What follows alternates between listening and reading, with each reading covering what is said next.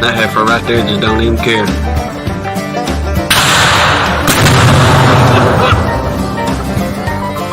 Save yourself now.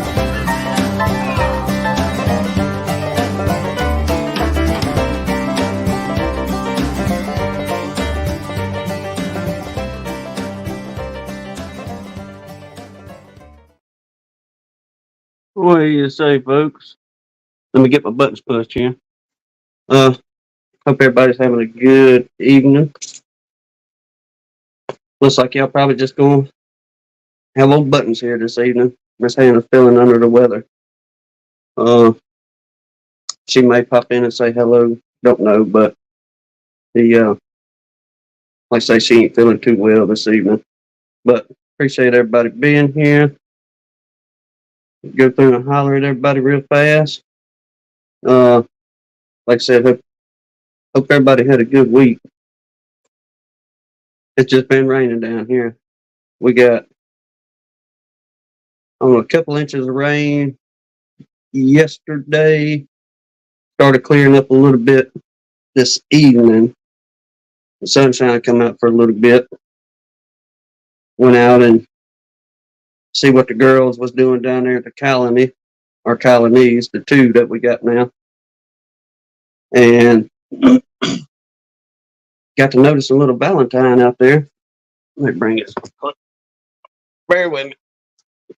There we go. Better. Got to notice a little Valentine's bunch was moving pretty good whenever the sun started coming on out. And went down and kind of get into this a little bit later on in the chat, but got to noticing they was dragging out young drones. They fully developed and all that good stuff, but they were dragging them out of the hive and just dumping them. And went to nosing around, was going, what in the world are y'all doing with these? Why y'all dragging them out and dumping them? About 5 of them I picked up and looked. 2 of them had a few mites on them. And kind of hit me. It's like, okay, I see what y'all doing here. Y'all dragging them dudes out so things don't get in a bind. But during that process, that third drone I picked up, I don't know what I'd done. I was out of the flight path, the whole everything. And they come out and they started tearing me up. And usually they a pretty gentle little bunch. And they didn't cut me no slack, I'll say that. I had to holler at Hannah and say, look, hey, get inside for a minute, just in case they get too bad and I have to run back up this way. But thankfully they didn't get on me real hard. It was just about, I think it was about 5 or 6 stings they decided to put on my tail, and it got my attention to go inside and get the jacket. But let me run through here and holler at everybody right fast. Say old Phil 36, Michael Tangway, Randy Tar Heel, Joey, DC, Brian. Who else? Old Lee's in here. Ed, good to see you, brother. Hopefully you can come in and kind of give us an update on things, on all that you got going on. Let's see, Miss Danae, Sarah Redfish, Carl and his 2 big brats, Dennis. Appreciate y'all coming on in, everybody. And we're going to have Mr. Keith Spillman from Half Tracks and Honeybees visiting with us tonight. Just chit-chatting with him a few minutes ago in the back room there. And sounds like things are starting to pick on up there. Pastor Larry, it's good seeing y'all. Oh, that's one thing too. I'll jaw about that real quick, then we'll go through our prayer list and all. But I know many of y'all probably seen the community post we put on about who in the world sent us 7 pounds of peppermint candies. we couldn't figure it out because the only thing there was our address and the address it was sent from, and the address it was sent from was, I think, up in Indiana, I believe. And we was trying to rack our brains. Hannah had texted Sarah. Sarah said she didn't do it. Well, I had texted Earl, thinking maybe Earl just put our address on, sent something down. He texted back, said, "No, Bubba, it wasn't us." And at the latter part of last night, started getting a few messages on the cell phone. "God love you. I'll grab what y'all had sent to," but ended up being Pastor Larry and Miss Jan, and Miss Leona there had sent Hannah her birthday gift. Thank y'all very, very much. I know she appreciates it. And Miss Jan, I know she was kind of texting back and forth with you, and she was very, very grateful for the thought of what y'all sent. But let me real quick, I can just grab these, get you some tea real fast.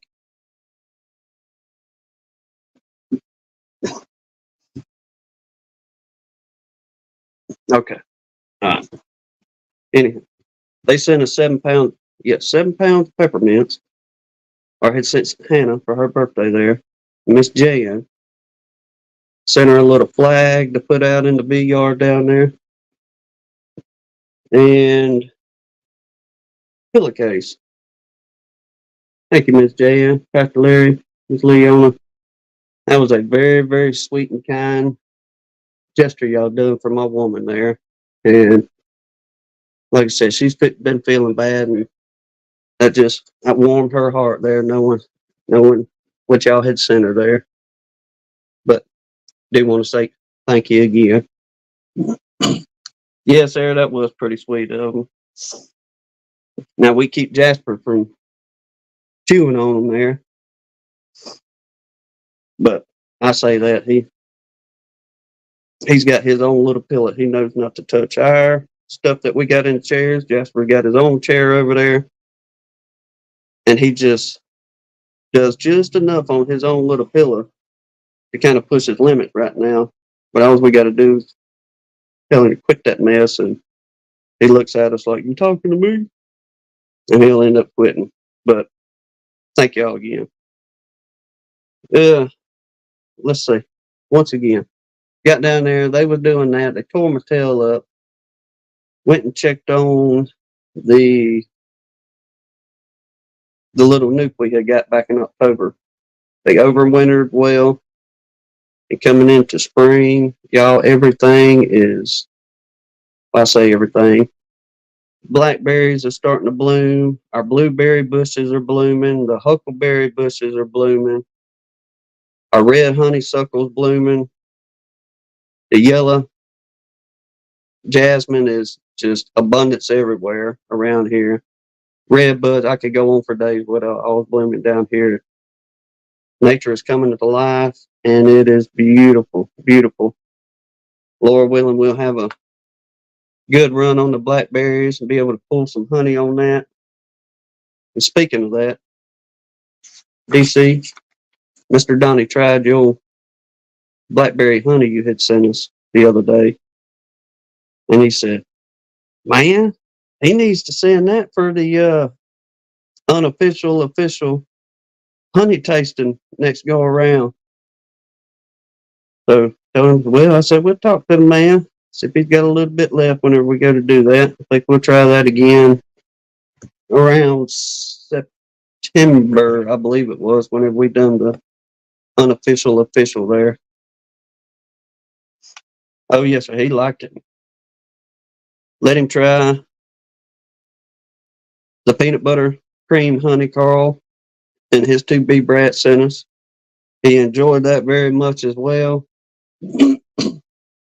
And at the very end of it,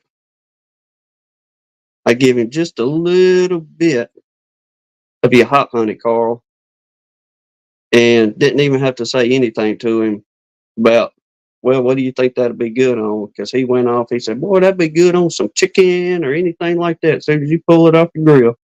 And I said, that's the same conversation we had, Mr. Donnie. So next time we fire that grill up, we get up Mr. Donnie up here and lather that old chicken down real good with that hot honey and see how that goes as well. But let's see, Mr. Russell Cookman, I missed you coming in. Appreciate you, brother. Since I don't have my best buddy this evening, I'm gonna go ahead and go through the prayer list. And y'all, it's gonna be kind of difficult for me to keep up with the comments and write everything down. So, if you will, if there's anybody we need to add to, take away from, let us know in the comments, and we'll go back later on and go through the comments and see anybody we need to add to or, like I say, take off the prayer list there. It's always a blessing hearing about folks being healed. It's all the Lord's work doing on that end. And without further ado, let me get into that. Let's see here. All right.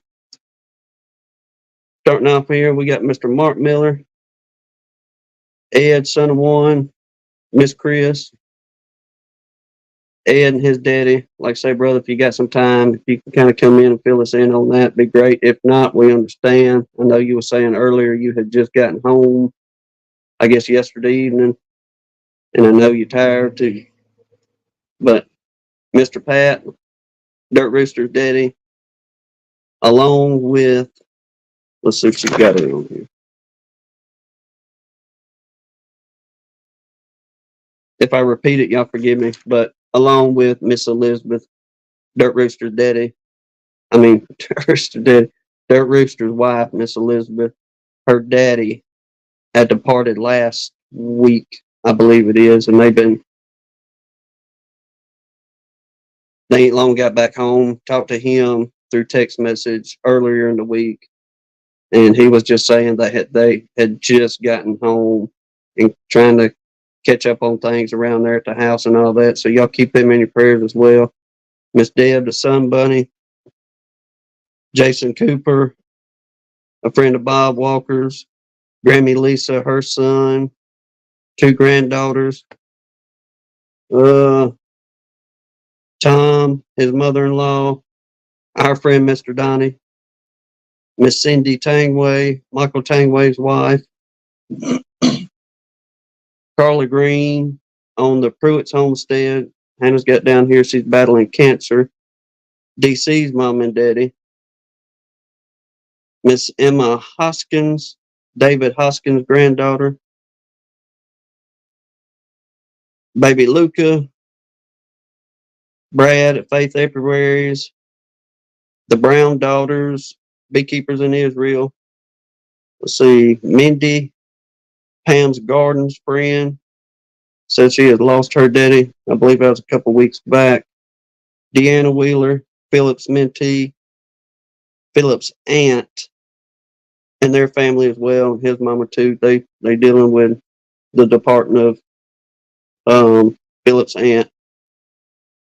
Crystal, Sarah's daughter, Sarah's Happy Hives, the Jennifer Brown family, Brenda, Russell Amon's wife, Jeremy's baby. Brother, if you in here, let us know how that young is doing, because I know y'all had to carry it up or carry one of them youngins to ER the other night. Bobby's Bees, Minnesota Mike, his friend Mr. Vincent, Kennedy Bowman, that's that little gal up north up there battling, trying to do the situation with her bees and politics and government. We ain't even gonna get into that. The Cissy Williams family, that's some friends of ours. Cissy, she departed about 2 weeks ago.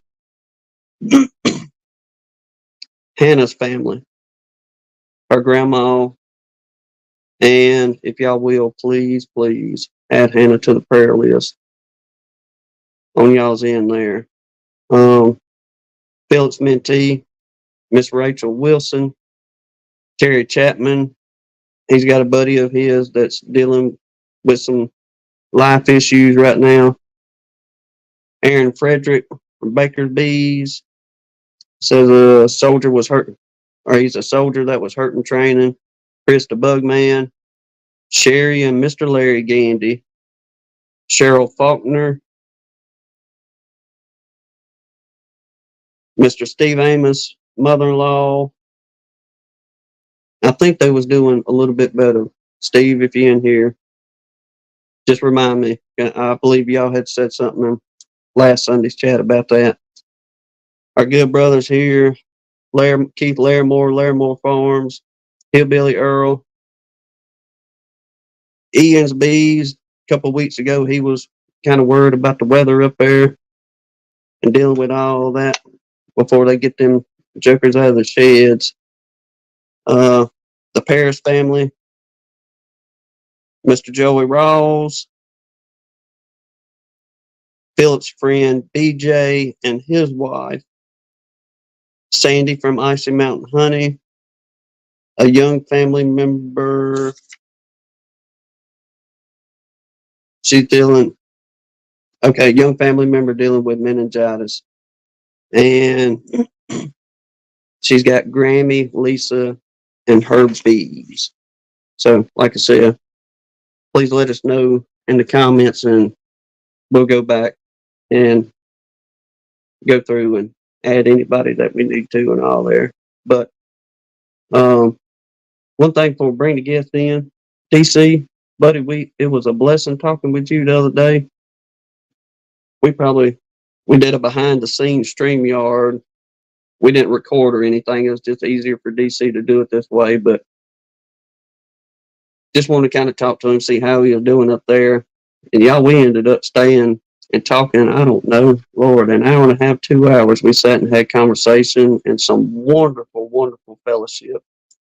I'll tell you again, brother, we enjoyed that. And if there's anything y'all missed, y'all please forgive me.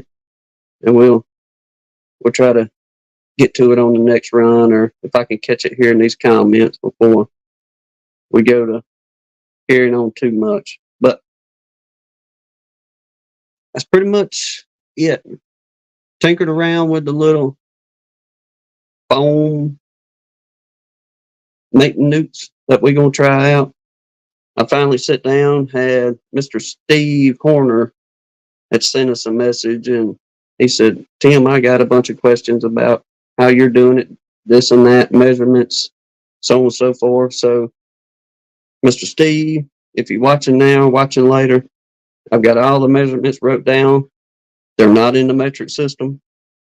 So, when you're ready for that, brother, I'll give you the numbers and everything that I sat down and figured up on how we had kind of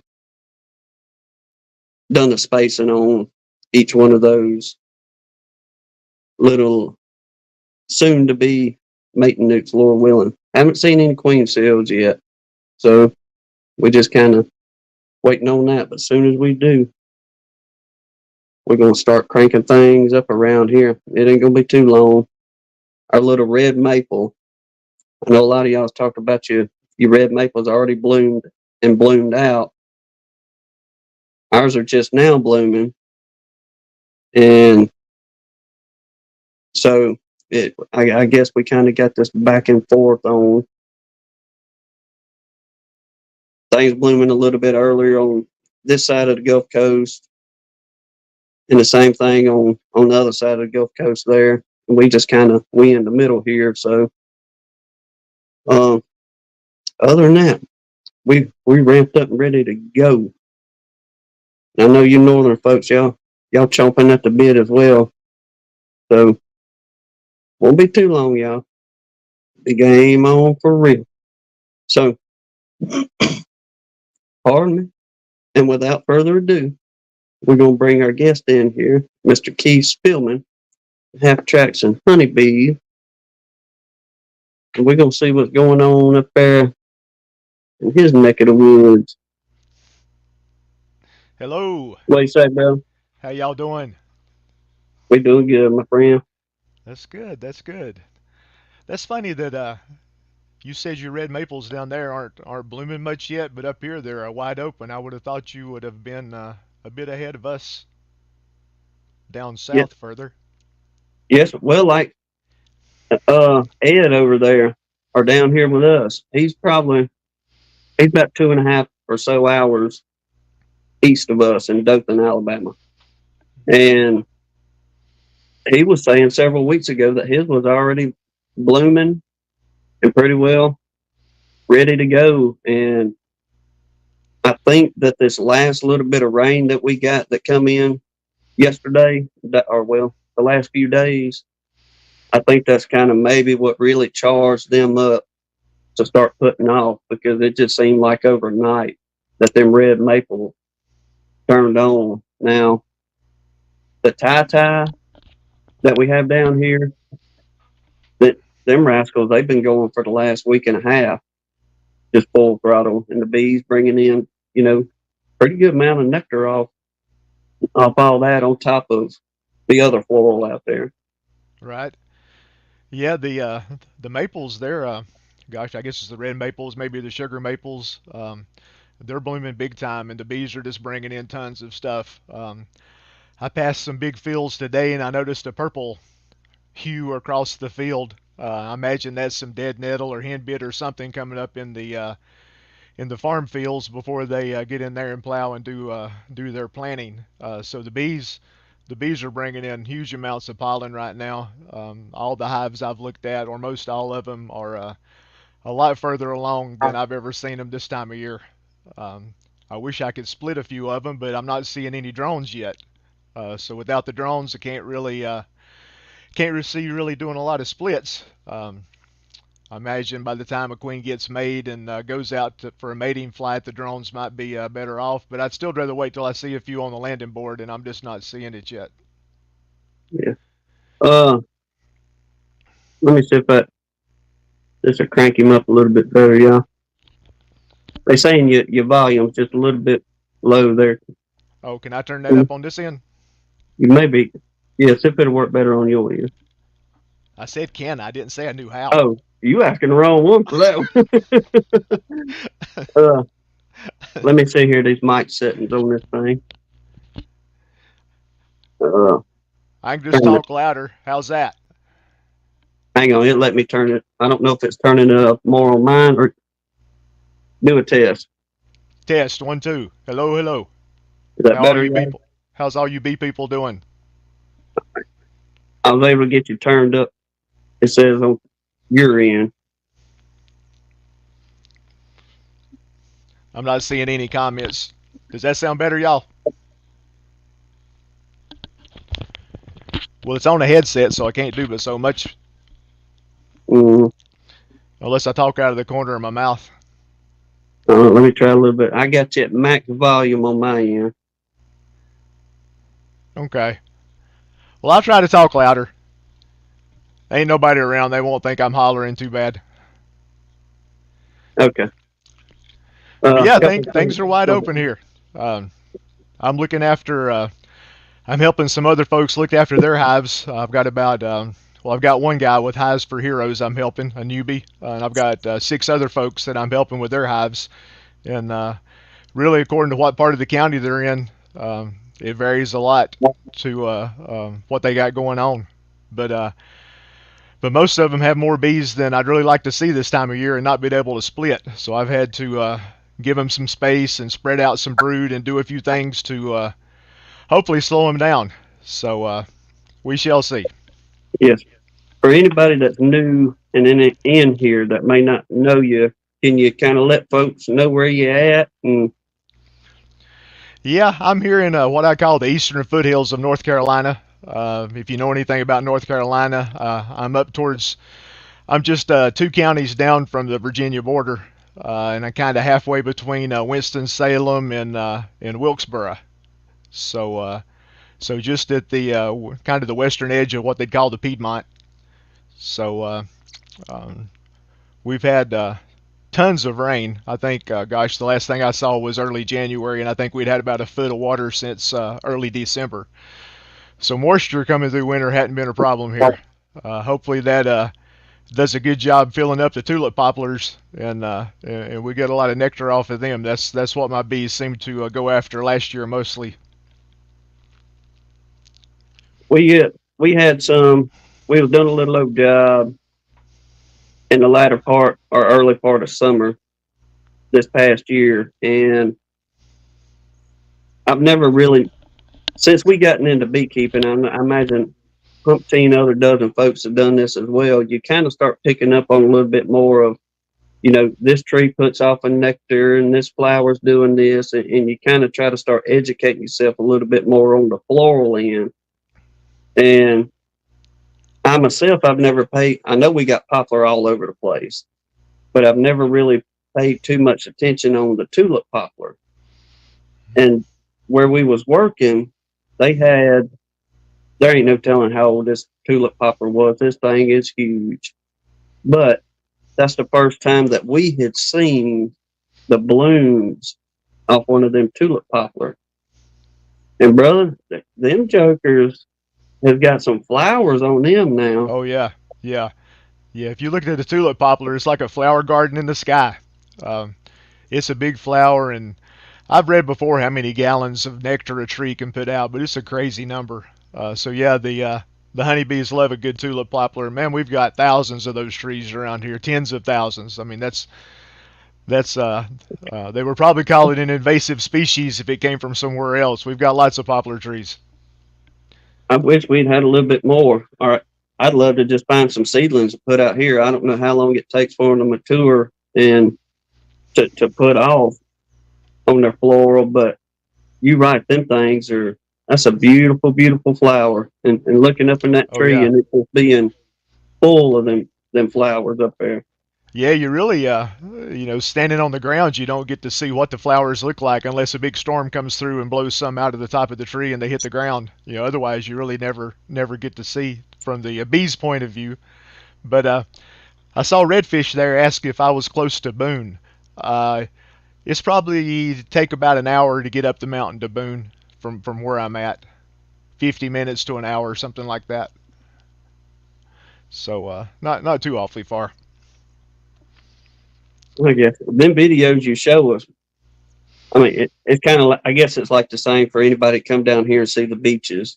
If we ever get down there, I just hate going to the beach. Don't get me wrong, but if we go down that way, we'll make a video and show y'all of the Gulf and Orange Beach and all that. But it is beautiful down there. Don't get me wrong, but like you showing them mountains and that scenery up there and that little old creek until it got overflowed up there. I mean, it's just some beautiful scenery up there. Yeah, we're blessed with a pretty little piece of property here, down from a waterfall, an old grist mill just right up the creek from us. Um, but yeah, the creek it gets a little rowdy when we have a big rain. It gets up quick, and but then it gets back to normal fairly quick. But there is some pretty spots on there. It's a noisy little creek, a lot of white water, a lot of rocks. Some pretty spots to make some videos, and me and my old dog Blue, we like to cruise around down there and see what we can find that might be interesting. It makes for a fine day loading up that good old dog and go bouncing off in them woods for a little bit. Oh yeah, every day me and her go off just walking around, seeing what we can find. Whether it's down at the creek or up in the bamboo patch or out in the fields or just walking around the woods.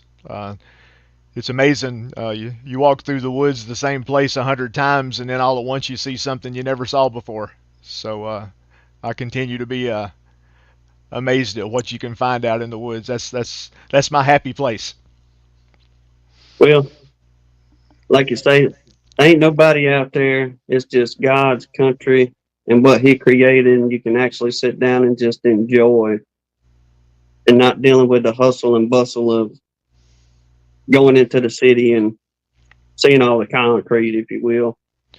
Oh yeah, yeah. I'm definitely a country boy. The closest little town to where we live is got about 2,500 people, and I tell folks when they hit 2,500 it was too big and we had to move out of the city. So we moved to a little area called Shacktown down here on the creek, and I mean we're not that far from Winston-Salem. You can be in Winston-Salem in 20-25 minutes. So we're not terribly far from civilization, but you wouldn't know it if you was out in the middle of the woods. So that works out pretty good. Yeah. Well, about like we was talking back in the background, we about the same from Mobile, and the closer you get, it seems like the more that blood pressure goes up. Then whenever we up here by the house and we go to that little old town of Central where Hannah's grandma lives, it's just a small knit community. Everybody knows everybody. All the I'd say 70% of the homes in that town was built at least pre 1900. Mm-hmm. So you still got a lot of the old shotgun looking houses, if you will, and Right. things like that. It's an old country town still. Mm. Oh yeah, nothing wrong with that. This little farm we live on was my great aunt and uncle's old farm. Their little farmhouse is still here. You might have saw that on some of the videos. The old wood-fired tobacco barn blew down years ago. All that's left are the heat boxes, I guess, the fire boxes. But yeah, nothing like out here in the country with a bunch of old home places you find out in the woods and um, yeah, it don't get no better than that. Like when we go up there, just simply going to the little old grocery store, we run into some of the old timers, and whenever we get to talking with them, and Hannah tells them her maiden name, Hmm. buddy, it's on them. Well, which one do you belong to? Because I think 6 or 7 of them, Yeah. Oh yeah. and once they figure out which one she belongs to, it turns into, well, me and your daddy, we used to run around town and shoot squirrels, and the law would chase us, and Mm. this and that, and Oh yeah. a lot of it's good old stories. Oh yeah. Yeah. That's fun. I mean, I used to.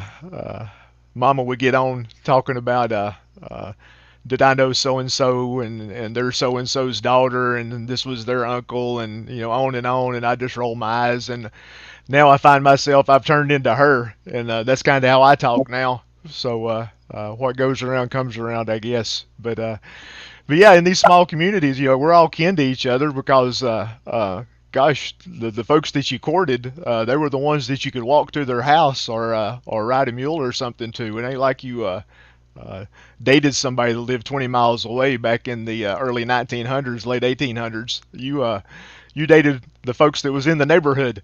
So Yeah. so the whole area ends up being kin to each other. So you got to be careful who you're talking about. You get in trouble. Yes, sir. Lord, yeah. Uh, well, on the beekeeping end, how many colonies are you sitting on right now? I've got 16 right now. I came through winter. I started with 17, and all 17 made it through the winter. But one of them popped out the other side with a laying worker problem. So I ended up combining it with a strong hive to get rid of that. And that little hive, it's gonna be a good one. It's real strong. So I'm sitting on 16 right now. And last year at this time I had 9, and I peaked at about 23 last year, and that turned into too much work. So I sold some hives and did some stuff and got back down to the 17. So I more than doubled last year, and I sure don't want to go from 16 to 32 this year. So I'm trying my best to squelch some of the swarm issues that I had last year. Gosh, last year was like every day I had a swarm, and it was all my bees swarming. So I guess the good thing was I knew they didn't have a mite problem, but the bad thing was I wanted to catch them because they was mine, and I think I caught all of them but a couple. But uh, I don't know. Swarms are still fun though. I hope I have a few because I just enjoy chasing them and trying to get them in a box. So so we'll see. But yeah, so we're sitting on 16 right now. Going through all those, there's probably 10 of those will be my production hives this year. Last year I had what I called 6 production hives. So 10 are really strong, stronger than they were last year. So I'm hoping to make just a little bit more honey. Last year I made a little bit over 600 pounds. I'm hoping this year to make about 800. So no no huge amount, but not too bad. And That, that's plenty enough for me. that's what I say. We were talking in the before we come on, you said that's kind of where you just want to set idle there, about 800 pounds. Yeah, I mean, me and my wife retired. We'll be retired 3 years this month, middle of this month. So I didn't retire to get another job. I want beekeeping to remain fun. And last year when I got over 20 hives during the heat of summer, there was sometimes it wasn't a whole lot of fun. There was a big difference between 18 and 23. But yeah, I'd like to stay around 20 at the most, and I think that'd be a happy place for me. So we'll see if I end up having swarms and need to split and stuff and end up with a bunch. I bought a bunch of woodware at the Bee Expo, so I'm prepared, and I'll probably sell some more bees to keep my numbers low, and it'll be kind of like the ones I sold last year. I sold them, and then along with selling them, I kind of helped mentor the folks that bought them. I helped them get them through the winter time, and I'm still helping them this spring. So that works out pretty good. I enjoy doing that, but that can be time consuming in itself too. So Yeah, you have to be careful with that. Because you got some folks that they want to learn, they want to do everything themselves, they want to get in there, and then you got some folks that kind of want you to do everything and you to look after it. But they just want to have bees in the backyard. So yeah, that's the way he's an old childhood friend, and once he kind of figured out we was getting into bees, he wanted to get him some too, and that's the way old Lance has turned out. He's got them back there, but he don't ever fool with them until we come by and check on them. But I will say, buddy, them colonies do excellent. We may go a month and a half or so and not go into them and check them, and they'll just be boiling over. I mean, just awesome honey crop that they've been pulling off of, and we're 4 miles apart, and we'll check ours since we've kind of idled down with the beetles a little bit. About every week and a half, we'll kind of go in during season and check, just kind of see how everybody's doing. And it's like, why are we struggling so hard 4 miles down the road? And old Lance, he don't even go out there and look at them until we come up there a couple months or so, and his are just doing well. hmm yeah, yeah. That's I don't know. I can't explain that one, but I know exactly what you're talking about. Some hives, it seems like every time you look at them, they've got something crazy going on, and then other hives that don't get any attention, they just motor right along and don't need much help. So maybe by messing with them, we cause some of our own troubles. I'm not sure. I'm not sure.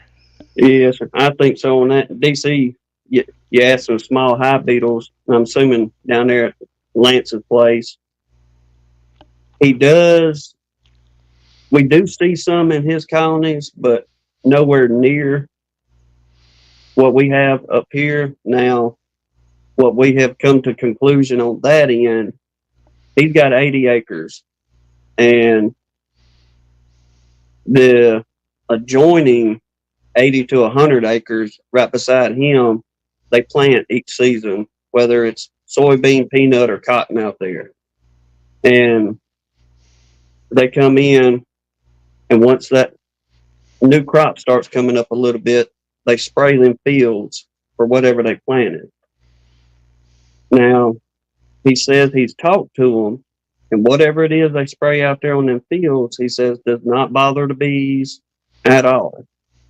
So I'm assuming with his ground getting saturated with whatever they're spraying on them crops, like literally the property line, if you go from the bees there at Lance's property to the other field, I mean, it ain't no more 10, 15 feet from the neighbor's field there. So I know his ground is getting saturated with whatever they're spraying or putting in the ground there. So I think that does help reduce his problems and issues, not having to worry about them blasted hive beetles so much for whatever it is they spraying out there.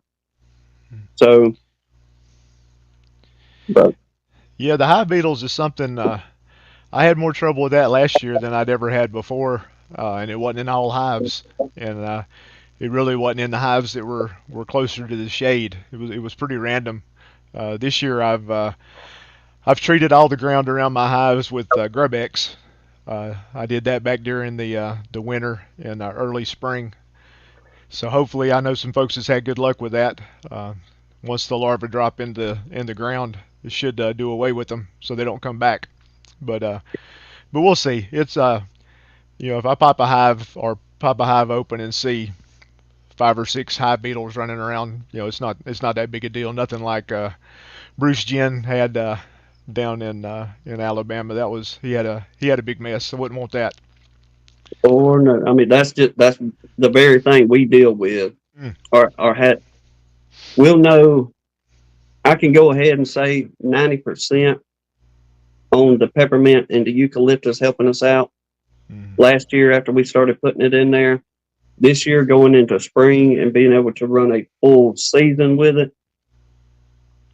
we'll know for sure if that's working because we just now started putting the peppermint extract and eucalyptus in there Mm. to try and get ahead of all that. But we had left one colony that was queenless.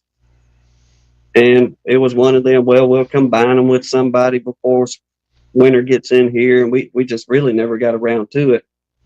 And it was like, well, let's just use them as a test dummy. And doing that peppermint eucalyptus, brother, they didn't have the numbers to protect. She was a drone layer in there. Well, it was a laying worker Mm. that ended up coming out of it. And they would go out each day and pull what pollen and nectar they could and this and that. And we wasn't finding no beetles in there. Then as we was getting into our other colonies, it was getting that same way. Whenever we pull that inner cover off or them little slats, whenever we get into the horizontal colonies, usually when we rolled that slat up, it wouldn't be no problem just on that 3.5 inches. Buddy, you'd have 50 or 60 on that run. As soon as you rolled another one, same thing, where they would have them propolized, Right. caged up down through there. But since we started doing that, the numbers have dropped way, way down. So this year we're really going to push it harder, and I'm fairly certain we'll be able to put that 100% mark on. Okay, this is the way to go for us. Mm-hmm. Yeah. Yeah, that would be great if you could do that. Um, I saw somebody in the comments. I think it was Mike asked if we had bears. Um, I've seen some sign where the bears have passed through here, and there's been some sightings in the county around us, but thankfully none hang out here um, normally. That's bears and beehives don't mix very well, and that's a problem I'm glad I don't have, and I hope I don't have. So right now bears are not a problem. Is it legal for y'all in the event if you have to? Is it legal for y'all to, how can I put this, neutralize? I guess I need to read up on that. I imagine if they're doing harm to a property, uh, or especially obviously if you feel endangered, I'm sure you could uh, take what steps are necessary to neutralize the beast. But I'm not sure what that threshold is. If it's if I walked up on a bear and he was tearing up my beehives, is that reason enough to do something? I'm not sure. I need to check on that. Down here, if that game board finds out you even so much as pull out a BB gun on one of them things, they will tear you a new one. Can I chase it around with a half track? Oh, I don't know. They just tell us pretty well if they if it's life threatening, then yeah, because there was a hunter on the other side of the county that his story was he was up in a tree hunting, and the bear was coming up after him. And he tried everything under the sun, hooping and hollering and this and that. And he ended up, for his safety, having to neutralize the bear. Well, buddy, they run him through the ringer Wow. just even doing that. So I can't think of being in much worse shape than being in a tree with a bear climbing it up down below you. I mean, how can it get a whole lot how can it get a whole you're lot right. worse? You're right. So, Yeah. I'm just kind of curious because I know some places that, like the further north and out west and things like that, I know a lot of people, that's a hobby for theirs, just like deer hunting and things like that. Right. But Right. down here, it is a big no-no. Yeah. Yeah. Yeah. Yeah, let's hope I don't have to worry about that one. I really don't Think want that, to put electric fences up around my hives, so yeah, the cost. Whew, ain't yeah. no telling how much them things run, especially having to Yeah. find something solar power. Yeah, I know some folks that's just natural for them. If you look at many of Bob Benny's videos, you know he's got lots of yards with fences up around him, and he uses the solar powered ones with the battery. So I guess to him it's just the cost of doing business. So Yeah, at least saying the same thing. You better have scratch, bite marks on you to do something. so they got to shoot first. Yeah, pretty much. mm, Uh, Lord, I don't know if I could be that patient. I, I'm with you on that because even when we go out in the woods, like when we're not beekeeping, we enjoy going out metal detecting. Hmm. And there's a lot of these old home places and somewhere the old forts were along the different rivers and things. You get way off in these deltas and stuff, and it ain't no problem to run. Well, you can run up on them bears out there, but one of our biggest threats being out in the woods is these blasted hogs. Mm. So anytime we're out in the woods, or well, anytime we leave the house, we're carrying. Hmm. So we always try to keep that little bit of protection just in case in the event. Sure, don't want to have to do it, Hmm. but it's one of them. I don't want no bear jumping on me, if you will. I'm not no Theodore Roosevelt. I ain't fixing to get out there and go to boxing with one. No, no, and I don't think I could outrun one. So so that's we don't want to do that.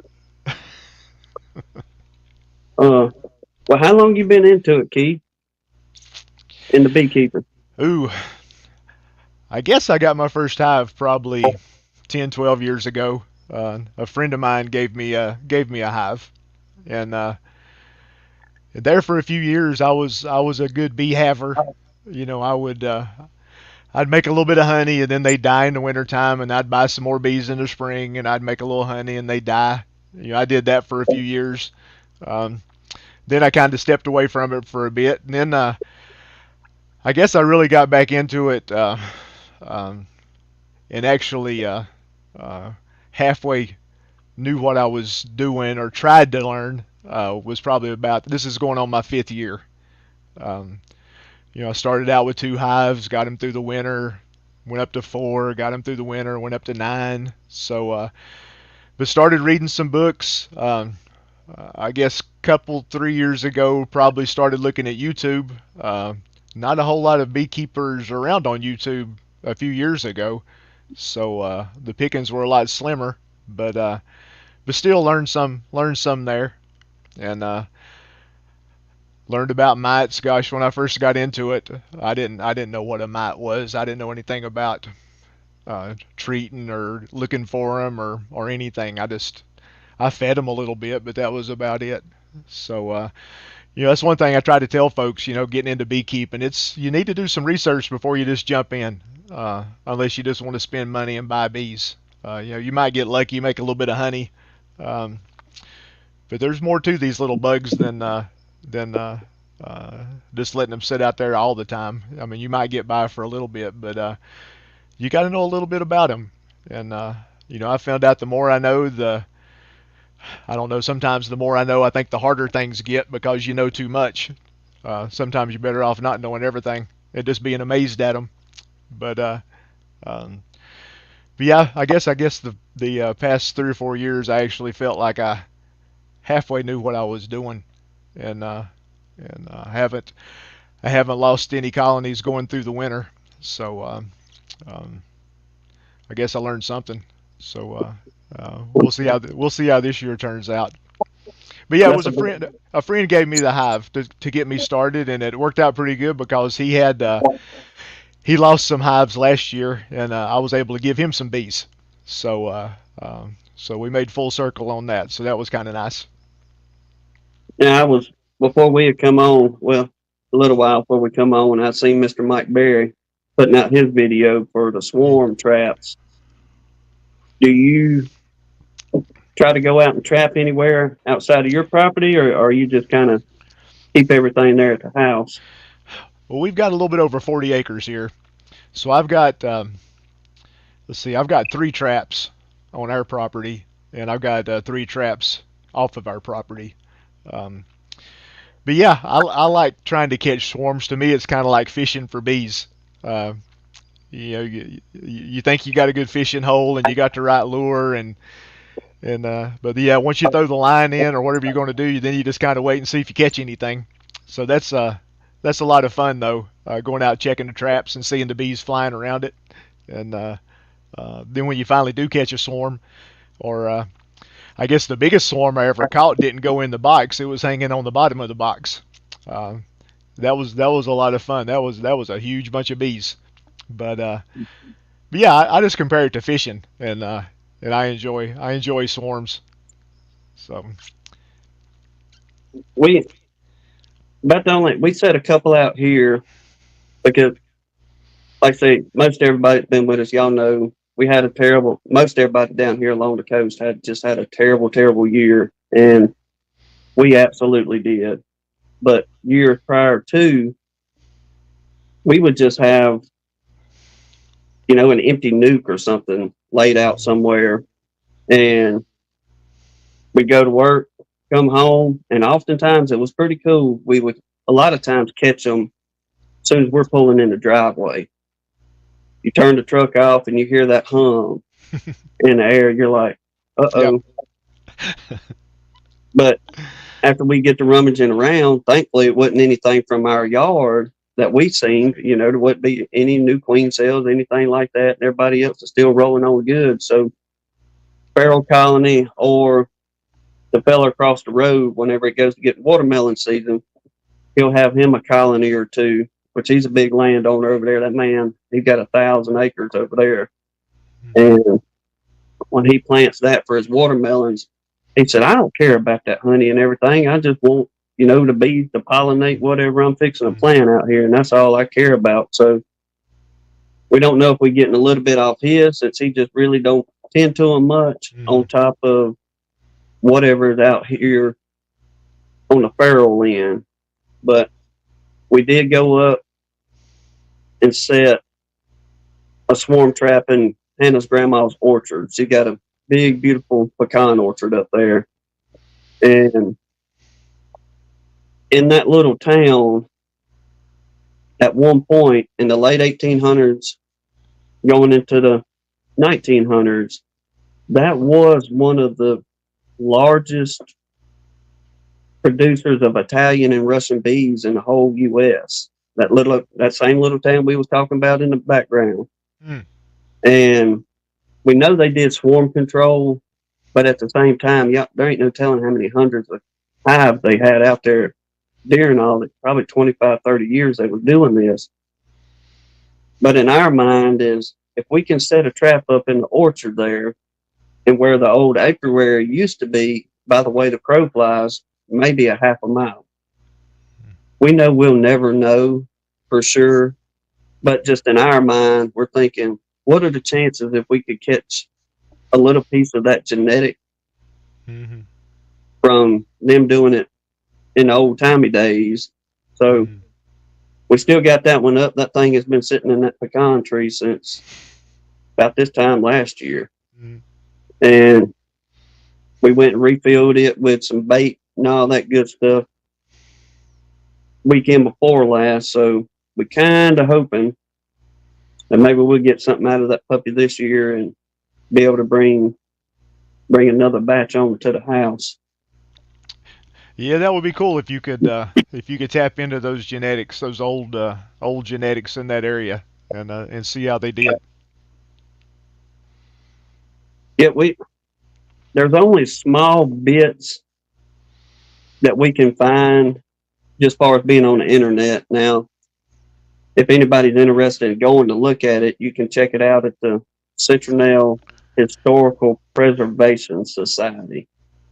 And they've only got 2 pictures in there as far as it's in the industry part. But it's got a little pamphlet of what they used to sell the queens for. You know, the queens were sold for $1 a piece. Packages were sold for like $2.50. It was amazing the numbers that they were selling them for, but granted, where we are nowadays, it was a little bit of money back then. Don't get me wrong, to try to get set up, but we'd really like to know how big the operation was and how far along it really carried up that way. But that town was well known for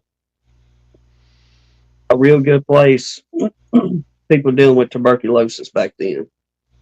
So whenever they finally made the old M&O Railroad, Mobile, Ohio Railroad, it ran from Mobile way on up Ohio way, and I think a little bit changed beyond that. But when that first started, that little bed line of railroad just run from Citronelle there down to Mobile, which is a 30-mile run. But that's what took everybody to Mobile back then. Unless you wanted to take your horse and buggy for a 2-day trip, you know, going to town and coming back, they would go to that side of the county, catch the train, go do your shopping, whatever you were doing, come on back. But whenever they extended it on up, that town really flourished. And people come in. That's whenever folks started sending, the doctors started sending folks with tuberculosis. Then there's a little bitty natural spring that comes out of the ground, and they called it the healing waters. And whenever they tested that water, I believe the test was like 99.6% purity, as far as the purest water that they've ever tested up there. And it comes out of a little old stream or spring head there, but it turns into a bigger creek on down the road. But once the railroad started dying off, if you will, and they closed that old railroad down, just like everything else that was along them old railways, the population and everything else just dwindled along with it. Mm-hmm. Yep. Yeah, a lot of that happened. A lot of little towns they were known for one specific thing, and then kind of when a lot of that happened out west, all the mining towns. You know, when the mines went away, the towns went away. A lot of that went on in the south too, according to what they were doing. But you go ahead. No, I was just gonna say, if you want, I'll open it up for anybody that wants to come on in and holler at you. I didn't realize we're an hour into it. Time's flying by this evening. Yep. Let me get my bearings here. Casper.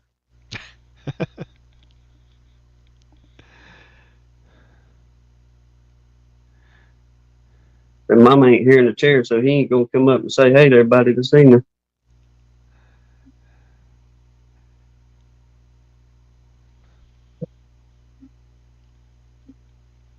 Let's see. Bingo. Now, maybe I can pin it from this end. Uh-oh. I got myself coming in here. But there's the link, y'all. Anybody want to jump on in? See if I can pin this thing. Oh, goodness. Too many buttons on this laptop.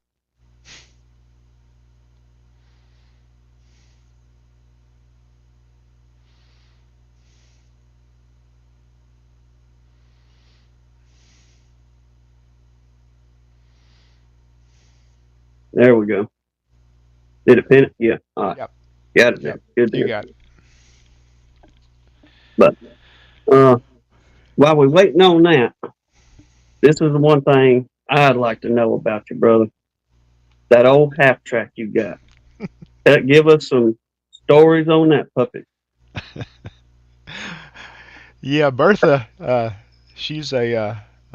She was a great project. I actually restored my dad's old Army Jeep first. It was a 55 that had been in the family forever, and it got away from me for a bit, but I knew where it went. I was able to buy it back from the fella, and restored it back full military, and had a really good time doing it. And I knew where this half track was at. It was actually at the house of my old electronics instructor from high school. He got into buying some old military equipment, and he bought that half track out of Texas back around 2000, and had it hauled up here. But she was in a million pieces. Supposedly, she started life on a military base out in Colorado during World War II for training. After that, that would have been back in the early 40s. She's a 41. So then she spent some time at a railroad company, and then she went to Texas and sat outside in Texas for, pick a number, I don't know, 50 years, 60 years. I don't know how long she was in Texas.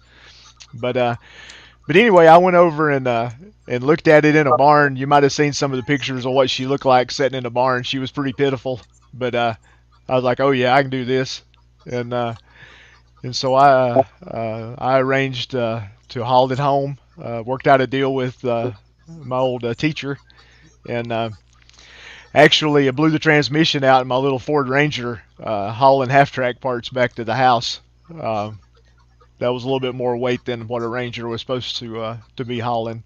So, but anyway, I spent, I don't know, a couple of years restoring her, and now she's a lot of fun. We do parades, local events. I drive her on the road to local stuff. In parades, she's a candy throwing machine. So we have a lot of fun. I bet you them youngins probably enjoy it quite a bit too. But seeing, unfortunately, we know many of them, our vets from World War II era, are kind of starting to head on to the good Lord. But seeing and talking to them men that were actually there Yeah. and were a part of that equipment, I imagine that's a blessing in itself there. Yeah, those guys, like you say, are very rare. They quit using half tracks in the probably in the mid '50s and moved on to more something better, stronger, faster. I did talk to one gentleman that was in the Army in the mid '50s. He was stationed out in the out west, and that was back when we were doing a lot of nuclear testing out in the deserts. And he was assigned to a half track back then, and got to talk to him. And I noticed that I was at a local show called Glory Days, which is a big tractor show where tractors come from all over the state, and they have a tractor pull, and it's a very patriotic event.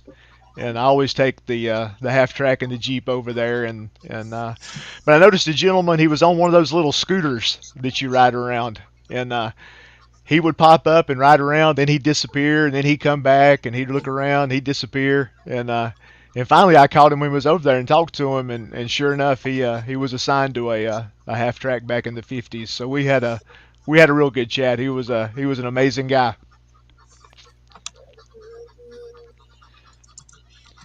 But There we go. Go ahead. we get to do a lot of events with the half track and the Jeep. We got one coming up in April at a local middle school. It's a World War II day, and we'll take the half track and the Jeep down there, and they'll take the kids and break them into groups of 20, and the reenactors come in, and other equipment will come in, and the kids will get to go through the different stations, and we get to talk to them about the history of the vehicles, and I let them climb on board and sit in it and get on the machine guns, and all the guns are replicas. If they were real guns, I wouldn't be able to go on school grounds and do this kind of stuff. So it's a lot less heartburn to have replica guns, but they look like the real thing. But we have a lot of fun going to those events and letting kids climb on board and actual touch history, and talk to them about it, because it seems like a lot of this stuff ain't taught in school anymore. So, not all the kids really care that whole lot about it, but a few of them really do, and those are the ones that you got to support them. So yeah, we have a lot of fun. That's awesome to hear, bro. Especially them youngins getting involved in it, and that, like I said, them being able to actually be able to physically touch what was part of our American history on that end, and the sacrifices made during that. I know you don't get into detail and all that kind of stuff with them, but just them being able to bring that part of history to life in their little world. Yeah. But, It's pretty neat. well, yeah, good to see you, Philip. Good to see you coming in. Hello. Hey. Hey guys. So, Hey, Keith. you're talking about history and stuff, man. It's getting to be harder and harder to know what our history is, because they keep removing all these statues all over the place. Just because they were a Confederate officer or something, and they don't get a chance to touch the equipment like Keith does. Playing it. I remember being part when I was younger. Air shows, they'd have the C-51 bombers and stuff like that. Planes. I mean, all of them. You walk through them, the helicopters, check them out. Mm-hmm. I mean, it was fun. Yeah. The kids. I tried to take them through. Tell them what the vehicle was used for. It started out, it was just armor support, carrying infantry in support of armor divisions. They needed something that could go anywhere a tank could go, and carry some troops. And the half track's what they came up with for that. Then they figured out they could put some guns on it and do some damage while they were carrying troops around. So then they modified them all kinds of different ways. But just explaining to them what a tracked vehicle, what that does for you, why tracks are good. They want to sit behind the steering wheel, and I leave the battery turned off so they can't blow the horn and drive everybody crazy. But they seem to have a lot of fun. You were talking about them old air shows and stuff, Ed. The old Brooklyn Field was a World War II base down here, and they closed it down. I think it was around the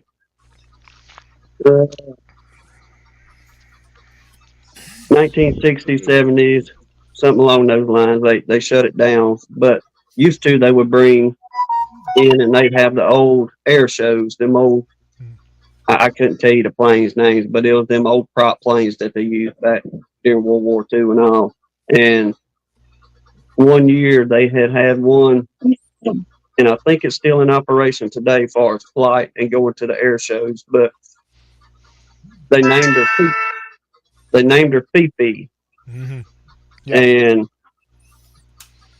we had looked up that one year, and the whole original crew had come and been a part of that aircraft at the show. And somewhere around here, I'll shoot you some pictures, Keith. Anybody else interested in checking it out? But I was a little bitty fella. I was probably maybe 8 or 9 years old. But I was able to get every man's autograph of that aircraft, where he was, whether he was tail gunner, pilot, co-pilot, side gunner, whatever you want to call them there. I'm sorry if I said it wrong, gentlemen in the military, but everybody's position in that aircraft, they had put their name on that picture there. Yeah, I believe Fifi, that was a big B-29 Super Fortress, wasn't it? on that just then. big silver plane. Yes, sir. That's just a big Yeah, silver plane. Yep. Yeah, the way you described it sounds like a super fortress. yeah, yeah, yeah. Did you get to climb around inside of it? Oh, yes, sir. The only thing we couldn't do and we couldn't afford it was to take, they would take people on a flight at Mm-hmm. certain times. You could Mm-hmm. go up and I think they do like a 20-minute flight around the Yeah. area right there and do 2 or 3 of them. But that was the only thing we wasn't able to do. But yes, sir, I went and got in that tail gunner and the whole everything. And it had a tube that you crawled through over the bomb bay. Do you remember that? But all I remember is going through a whole bunch of metal and little bitty holes to get there. Yeah, yeah, yeah. That old machinery's amazing.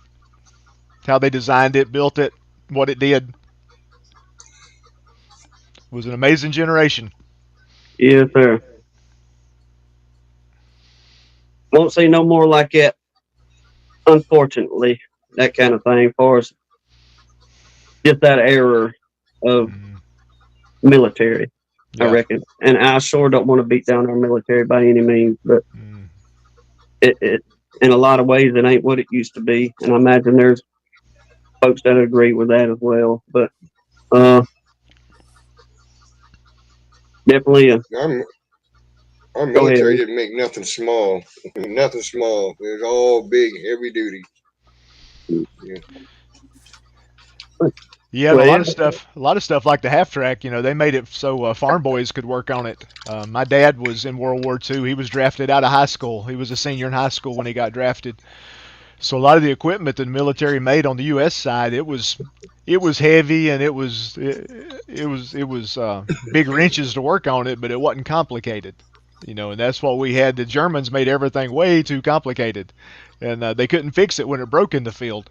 So, but the American stuff, it was easy to work on. And that half track, there's nothing. There's a lot of really heavy stuff on it, but there's nothing really complicated on it.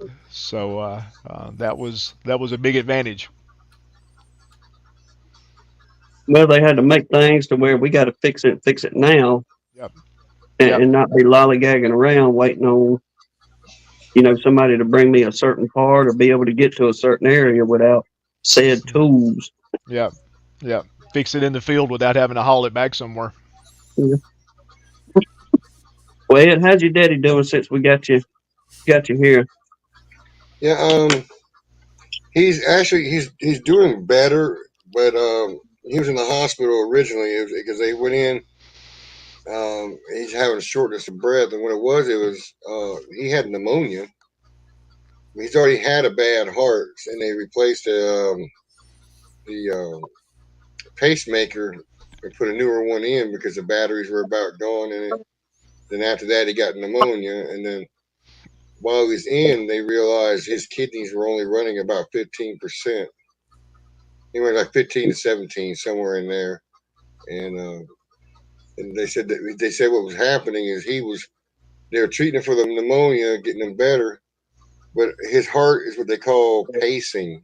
I'm assuming that's uh, the pacemaker is just keeping the heart going, and and we talked about well, do you need a kidney transplant or something like that. And he said, son, I'm 80 years old. I said, I'm past prime. They wouldn't want to give me one, and you know then my heart's bad, so I may not make it through an operation like that. So we got him down to finally talked him into getting a type of dialysis. It's called I forgot what it's called. It's you don't go sit on a table. What it is that they implant a semi-permeable pouch inside your abdomen, and they go and they fill it with a chemical, and you go about your day. And during that day, I guess it absorbs the toxins in your body, and then at night you hook up to a machine to filter that out. So that's where we're at. But he actually, I hit that door last Saturday, and he looked like death warmed over when I walked in the house. Mm. And then by the time I left, he was actually getting around, doing pretty good. We'd gone through, I think my showing up too did help his morale. He had poor morale because of all of it, and you know, You know, you just let him know. Well, he knows he's prepared to go if he has to, but he's not wanting to. well, that's gonna be all of us one day. Yeah, not downplaying anything by any means, but we know the Lord's gonna call us home, but we sure don't want to leave at the same time, kind of thing. Yep. Well, Philip, how about you on your end there? Oh, I'm doing really good. I got into my bees here at the house today, or yesterday and today. But the bees are doing fantastic. As a matter of fact, I always said I would never complain about picking up heavy honey supers. So I'm going to try not to complain about having too many bees, but I'm a little worried about what I'm going to do because there's no weak hives to give the bees the brood and stuff to. So they're unbelievably strong. I think I got into 6 out of 7 colonies. One of them's on some small frames. I got to get them converted. But what what I really enjoyed was my mentee came over both days and helped me with the bees, and it was experiencing that with her for the first time was really cool because she was just blown away by the bees and going into them. That was a lot of fun. So. That was her first time in a hive. It was her first time to do. She had helped me like give an OA treatment, and I called her over to show her a dead out I had, in the late fall, and it was the first time we pulled frames out and talked about brood and what was what and all that. Yeah, she was really, really, really enjoyed it, and she even, it's like, what can I help you with? And she was helping me put together, set up the supers and clean up stuff and put fishing line in frames. Yeah, she's really helpful. So yeah, that's great to hear. And I was when you get into that program, they advise you just to just be a friend. Sometimes people want to talk about their experiences, and some they don't. But she talked a lot about not necessarily. She didn't have combat experience, but she's been working with veterans pretty much since she got out of the military.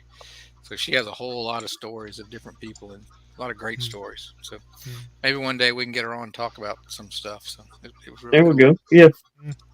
But, Keith, Keith, you were saying you in the Hives for Heroes program too? Yeah, I got assigned a newbie, I guess late last fall. He was a Marine. He only lives about 15 minutes from me, so it works out pretty good. He's not available during the week. We can only work on the weekends. But we actually got to get in some hives last fall before we put him to bed. So he got to get his hands on some frames and show him some brood and go through the pieces parts of everything. And then you shut him down for the winter, so he's been chomping at the bit, wanting to get back into him. I've had him up here. He hadn't made it on a day when I had the hives open yet. Hopefully, maybe next Saturday I can get him up here. But he did come up one rainy day, and we kind of went through what all had transpired during the winter, what I had done, OA treatments, the equipment that I had built, the plans I had for this year.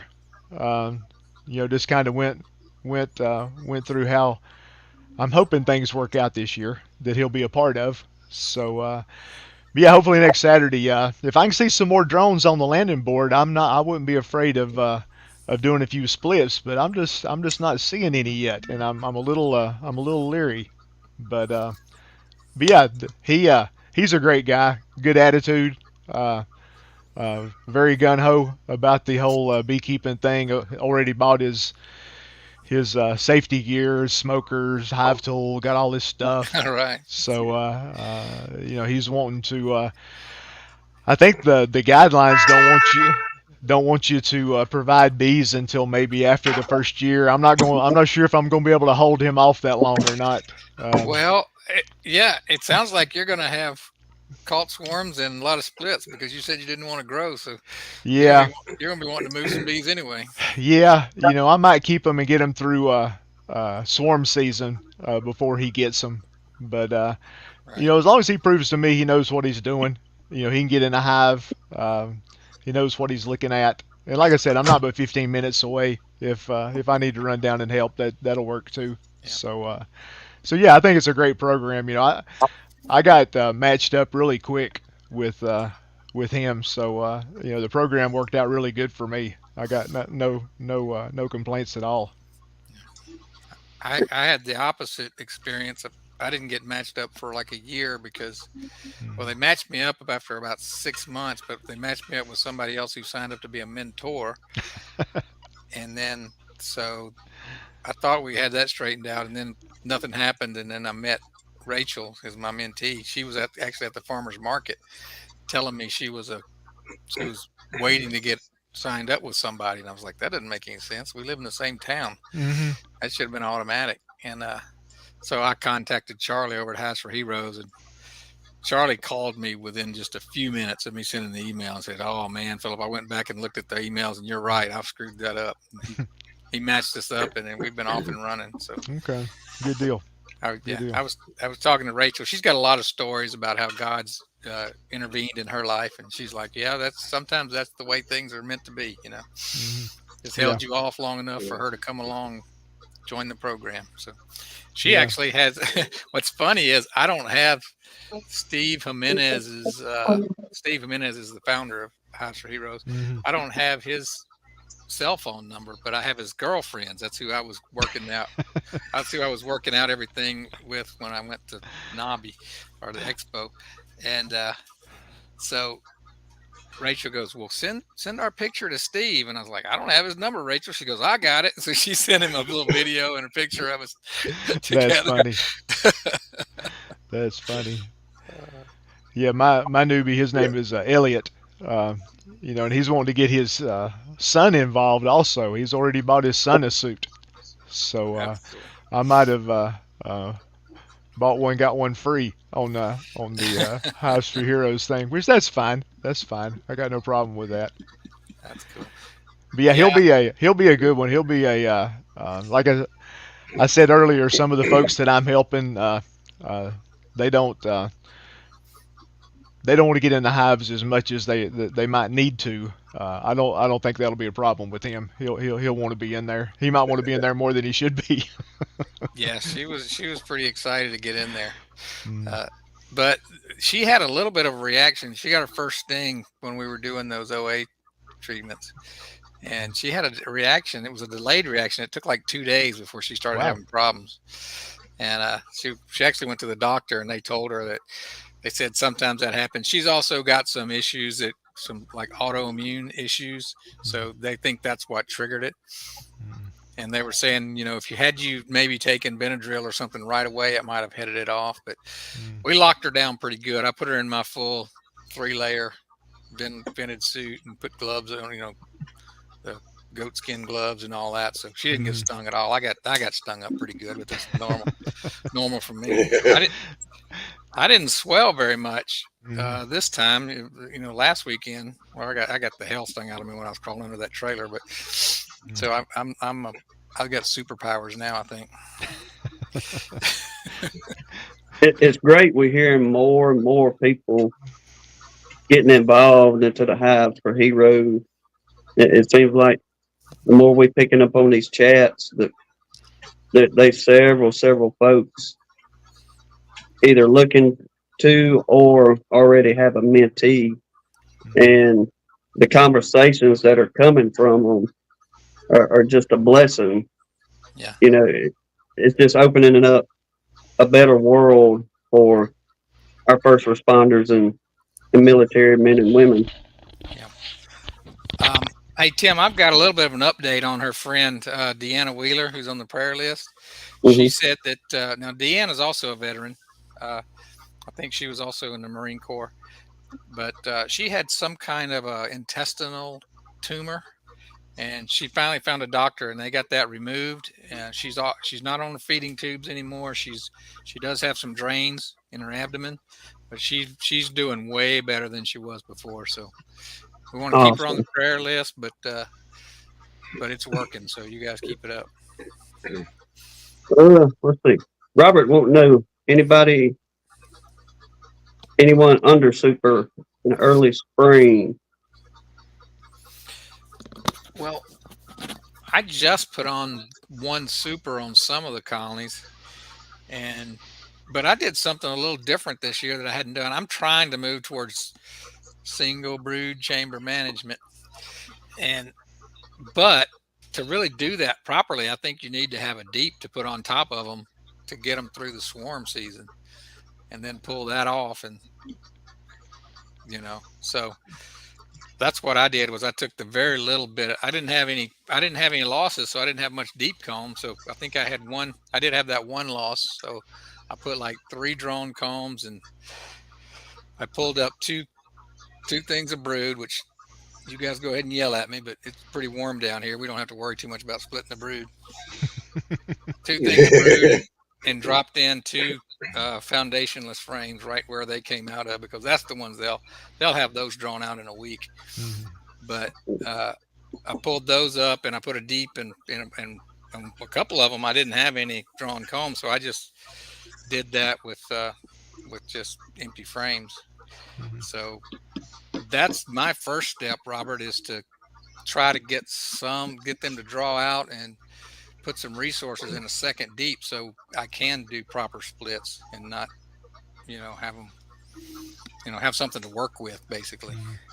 And I did put a super on one that I didn't, and I think I don't know that I put it on there necessarily to get anything, but I put it on there so the wax moths will stay out of there, let the bees protect them. But I've still got a bunch of supers to put on. Yeah, I added a super before I left to go to Texas, because the numbers were high, but they weren't going to swarm because I already split the box. But the numbers were still high, so I threw the super on top. It already had wax foundation and everything on it, built on it. So I come back, and they're working on three of those frames, filling it with nectar already. So. Yeah. Hey, Redfish, I checked 6 colonies, and Mo's getting after the burglars out there. It's probably my daughter. Probably my daughter and wife are back, or either there's a cat. Hey, Mo, hold on. Let me settle him down. You guys talk about something else. Let me get this dog. Y'all know if can y'all hear him through my mic barking? He's going Yeah, crazy. it sounds like he's tearing the house down. Hang on. Well, it sounds like we all going Laura Willing coming off into a good season. Keith, you talking about you brooding up good. The only thing you're not really seeing a whole bunch of yet is drones. Ed, from what we've talked about, you've pretty well kept drones since, I don't know, spring. You pretty well coming into winter with some. You started your tearing off split, and our little colonies we got out there right now, that nuke we got, checking on her earlier, she had, let's see, look at 7 of her 10 frames were slabs. I'm talking good slabs of worker brood. Then little Valentine over there, she's pretty well doing the same thing, but we are starting to see them pick up a little bit more on the drone activity. So, yeah. All right. Yeah, I let him go. I let Mo go outside and see there wasn't anything there, or whatever it was, run off. So, but Redfish, I had 2 colonies that were really light. They had tons of bees, tons of brood, and all that. But so what I did with those is I went ahead and put the deep on there, pulled up a couple of frames, and then I fed them. I've got a gallon of thin syrup on those 2 colonies, and the rest had plenty of store. So those are the ones I put the honey supers on, were the ones that had plenty of stores already. I put some I put some syrup on 10 of my hives probably a couple of weeks ago, just to draw comb. I always like to put some heavy wax foundation on the hives before the flow starts. Put a little syrup on them and see if you can draw a few frames before you pull all that off and put your supers on. And of course, some hives are doing gangbusters and some haven't done a whole lot. But Right. the the more drawn comb you get, the better. So it's a good time to try that anyway. Um, Yeah.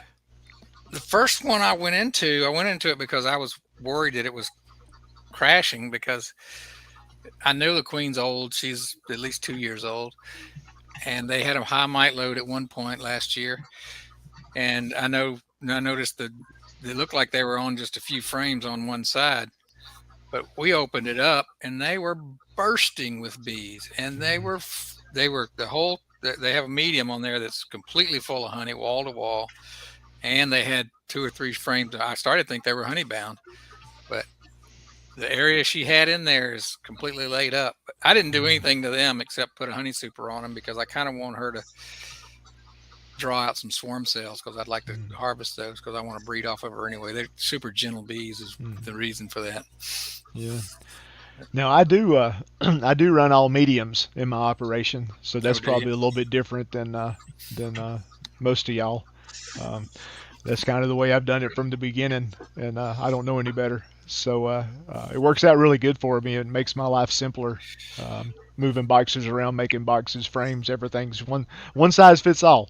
So that part's really nice. But I have rotated some boxes on a few of my hives when the bottom box was basically empty when everybody had moved up over the Right. winter. Um, my supers, I'll probably put supers on maybe in a couple of weeks. Is kind of what I'm looking at. It might be a little bit before then.